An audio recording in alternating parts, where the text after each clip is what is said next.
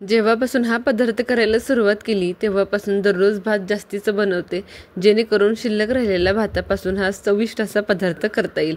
अगदी 7 ते 8 मिनिटात तयार होणारा हा नाश्ता अतिशय बनवायला सोपा परंतु खायला अतिशय चविष्ट असा आहे. चला यासाठी लागणारं साहित्य आणि कृती बघूयात.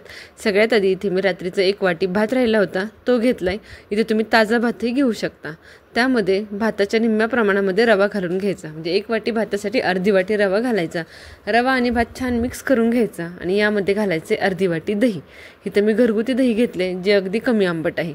आता दही, रवा आणि भात छानपैकी मिक्स करून घ्यायचा. दह्याच्या ओलसरपणामध्ये आणि भाताच्या ओलसरपणामध्ये हा रवा छानपैकी फुलला जातो, त्यामुळे हे छान मिक्स करून घ्यायचे आपल्याला. आणि हाताने मी हे छान आता मळूनही घेते. बऱ्याच वेळेला रात्रीचा भात शिल्लक असतो पण त्यापासून काय बनवायचं हे आपल्या लक्षात येत नाही.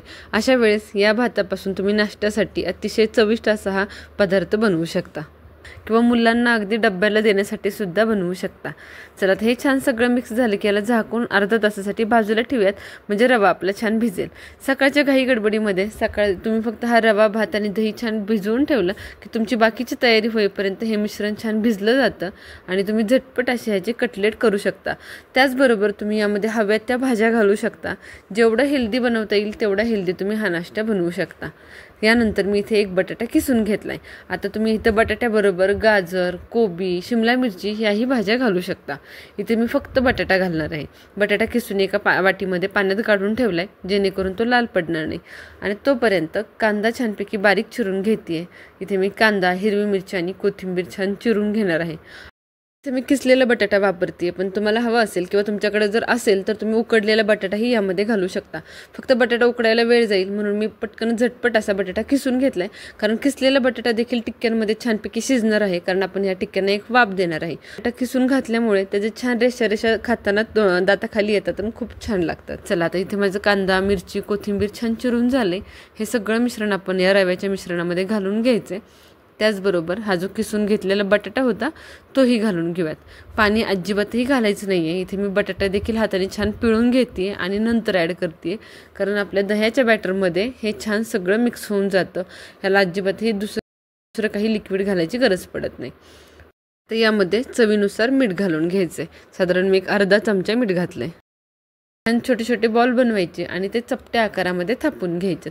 तुम्ही बघू शकताय पीठ किती सैलसर झालंय. जे 1 अर्धी वाटी दह्यामध्येच आपलं भात आणि रवा छान मिक्स झालंय.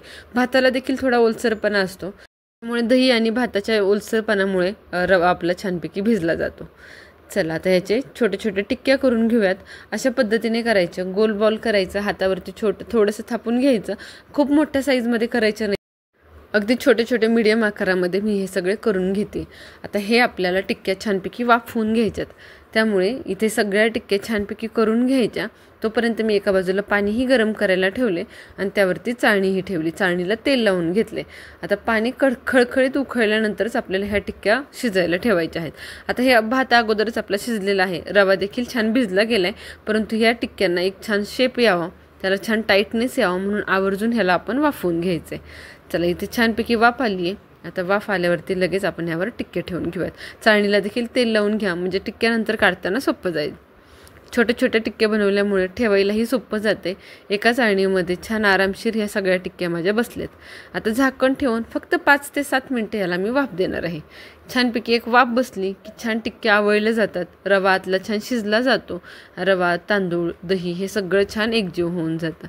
चला आपल्या परफेक्ट अशा ह्या टिक्क्या वाफवल्या गेल्यात. आता हे आपण काढून घेऊयात.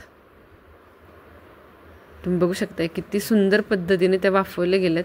आता ह्याला काढून घेऊयात आणि गरम गरम असतानाच काढा, म्हणजे त्या खाली चाळणीला चिटकणार नाहीत. जर तुम्ही थंड झाल्यावर काढायला गेलात तर ते ओलसरपणामुळे खाली चिटकू शकतायत. आता एका पॅनमध्ये 1-2 ते 3 चमचे फक्त तेल गरम करायचे. अतिशय कमीत कमी तेलावर होणारा हा पदार्थ आहे. म्हणजे तुम्ही जर डाएट करत असाल तरीसुद्धा हा नाश्ता अगदी पोटभर खाऊ शकता, कारण यामध्ये अजिबातही फॅट आपण ॲड केलेले नाही आहेत. चला आता तेलावरती मोहरी, जिरे आणि कढीपत्त्याची छान खमंग फोडणी घालायची आणि या फोडणीवरती ह्या सगळ्या टिक्क्या आपण ठेवून घ्यायच्यात. आता ह्या टिक्क्या दोन्ही बाजूनी छान शॅलो फ्राय करून घ्यायच्यात. तुम्हाला हवा असेल तर तुम्ही या डीप फ्रायही करू शकता. थोडंसं तुम्ही याला कॉर्नस्टार्चमध्ये घोळवून घ्या आणि नंतर याला डीप फ्राय करा. तशा देखील खूप छान लागतात. चला त्याला आपण फक्त शालो फ्राय करायचे. 2 ते 3 चमचे तेलावर हे आरामात शालो फ्राय होतात. वरून मी थोडीशी लाल मिरची भुरभुरून घेतली आणि परफेक्ट अशा आपल्या टिक्क्या तयार झाल्यात आणि ह्या मी आता सर्व करून घेतल्या. इथे मी टोमॅटो सॉसबरोबर सर्व केलेत. तुम्ही ह्या अशाच कोरड्या खाल्ल्यात तरी देखील अतिशय अप्रतिम अशा लागतात, कारण याला आपण हिरवी मिरची घातली आहे, त्याचबरोबर वरून लाल मिरची पावडरही भरभरली आहे. त्यामुळे आरामात तुम्ही या टिक्क्या खाऊ शकता. जी झटपट अशी होणारी नाश्त्याची रेसिपी तुम्हाला आवडली असेल तर व्हिडिओला लगेच लाईक करा. चॅनलला आपल्या आत्तापर्यंत सबस्क्राईब केलं नसेल तर लगेच सबस्क्राईब करा. भेटूयात पुन्हा एकदा अशाच नवीन रेसिपीसोबत. धन्यवाद.